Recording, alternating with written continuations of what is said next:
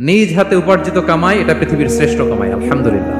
পরিশ্রমের মাধ্যমে যে উপার্জন, এটাকে ইসলাম আমাদেরকে উৎসাহিত করে।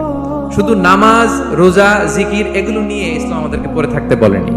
কোরআনিক অর্ডার হচ্ছে আপনার নামাজ শেষ, আপনি বেরিয়ে পড়বেন, কাজে বেরিয়ে যাবেন। ফাইদা কুদিয়াতিস সালাতু ফান্তাশিরু ফিল আরদি ওয়াবতাগু মিন ফাদলিল্লাহ।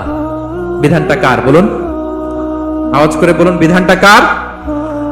এটা কোরআনিক ভার্ডিক্ট, কোরআনের বিধান। নামাজ শেষ, ভুল হয়ে বসে জিকির করতে বলা নেই আল্লাহ।